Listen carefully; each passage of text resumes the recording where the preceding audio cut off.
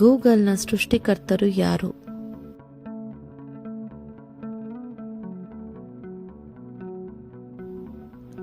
Larry page ಮತ್ತು ಸರ್ಗೆ Brin. ಕೆಂಪು ಇರುವೆ ಅಥವಾ ಜೇನುನೊಣ ಕಚ್ಚಿದಾಗ ಉರಿಯಲು ಕಾರಣವಾಗುವ ಆಮ್ಲ ಯಾವುದು?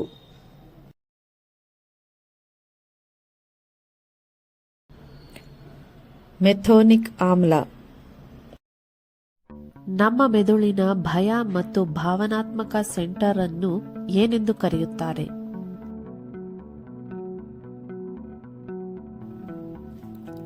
ಅಮಿಗ್ಡಲಾ. ಇದು ಮೆದುಳಿನ ಆಳದಲ್ಲಿರುವ ಲಿಂಬಿಕ್ ಸಿಸ್ಟಮ್ನ ಭಾಗವಾಗಿದೆ. ಇದು ಬಾದಾಮಿ ಆಕಾರದ 2 ಸಣ್ಣ ರಚನೆಗಳನ್ನು ಹೊಂದಿರುತ್ತದೆ.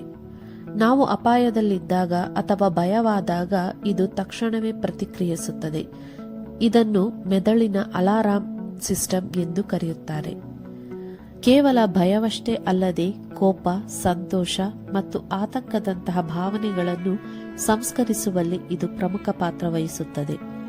ಭಾವನಾತ್ಮಕವಾಗಿ ನಮಗೆ ತುಂಬಾ ಹತ್ತಿರವಾದ ಅಥವಾ ಭಯ ಹುಟ್ಟಿಸಿದ ಘಟನೆಗಳನ್ನು ದೀರ್ಘಕಾಲದವರೆಗೆ ನೆನಪಿಟ್ಟುಕೊಳ್ಳಲು ಇದು ಮೆದುಳಿಗೆ ಸಹಾಯ ಮಾಡುತ್ತದೆ. 2025 ಸಾಲಿನ ಅಂತಾರಾಷ್ಟ್ರೀಯ ಬೂಕರ್ ಪ್ರಶಸ್ತಿ ಪಡೆದ ಭಾರತೀಯ ಸಾಹಿತಿ ಯಾರು?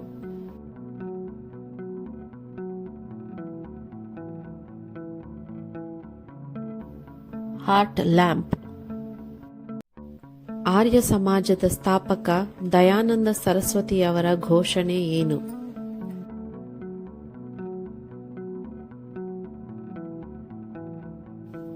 ವೇದಗಳಿಗೆ ಹಿಂದಿರುಗಿ. ಚಂಡಮಾರುತಕ್ಕೆ ಸೈಕ್ಲೋನ್ ಎಂಬ ಹೆಸರನ್ನು ನೀಡಿದವರು ಯಾರು?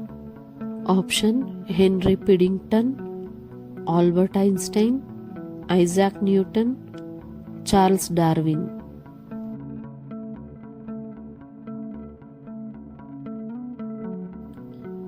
Henry Piddington. ಒಬ್ಬ ಮಹಿಳೆಯು ಒಬ್ಬ ವ್ಯಕ್ತಿಯನ್ನ ತೋರಿಸುತ್ತಾ ಅವನ ತಂದೆಯು ನಿನ್ನ ತಾಯಿಯ ಏಕೈಕ ಮಗ ಎಂದು ಹೇಳಿದಳು. ಹಾಗಾದರೆ ಅವನು ಆ ವ್ಯಕ್ತಿಯೊಂದಿಗೆ ಯಾವ ಸಂಬಂಧ ಹೊಂದಿದ್ದಾನೆ?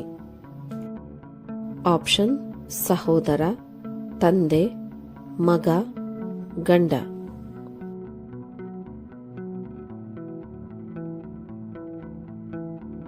ಉತ್ತರವನ್ನು ಕಮೆಂಟ್ ಮಾಡಿ ತಿಳಿಸಿ.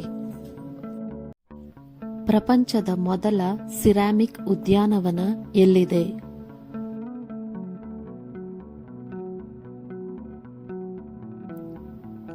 ಉತ್ತರ ಪ್ರದೇಶದ ಖುರ್ಜಾ.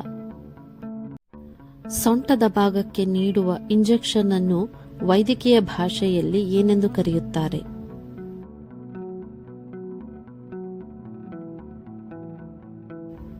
ಇಂಟ್ರಾಮಸ್ಕ್ಯುಲರ್. ಸೊಂಟದ ಭಾಗದಲ್ಲಿರುವ ಯಾವ ಸ್ನಾಯುವಿಗೆ ಸಾಮಾನ್ಯವಾಗಿ ಇಂಜೆಕ್ಷನ್ ನೀಡಲಾಗುತ್ತದೆ?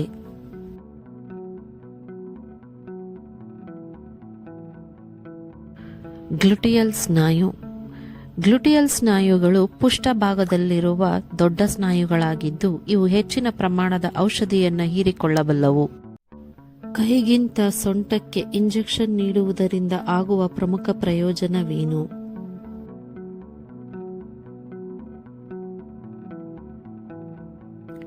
ಹೆಚ್ಚಿನ ಪ್ರಮಾಣದ ಔಷಧಿಯನ್ನು ನೀಡಲು ಸಾಧ್ಯ. ಸೊಂಟದ ಸ್ನಾಯುಗಳು ದೊಡ್ಡದಾಗಿರುವುದರಿಂದ 2 ರಿಂದ 5 ml ವರೆಗಿನ ಹೆಚ್ಚಿನ ಪ್ರಮಾಣದ ಔಷಧಿಯನ್ನು ಸುರಕ್ಷಿತವಾಗಿ ನೀಡಬಹುದು. ದಪ್ಪನಾದ ಔಷಧಿಗಳನ್ನು ಸೊಂಟಕ್ಕೆ ನೀಡಲು ಕಾರಣವೇನು?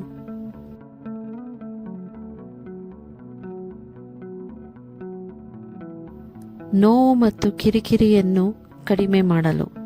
ದಪ್ಪನಾದ ಔಷಧಿಗಳು ಸಣ್ಣ ಸ್ನಾಯುಗಳಲ್ಲಿ ವಿಪರೀತ ನೋವು ಉಂಟು ಮಾಡುತ್ತವೆ.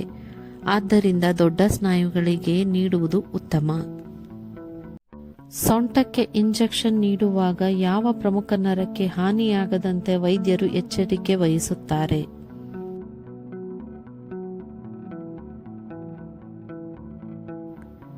ಸಿಯಾಟಿಕ್ ನರ.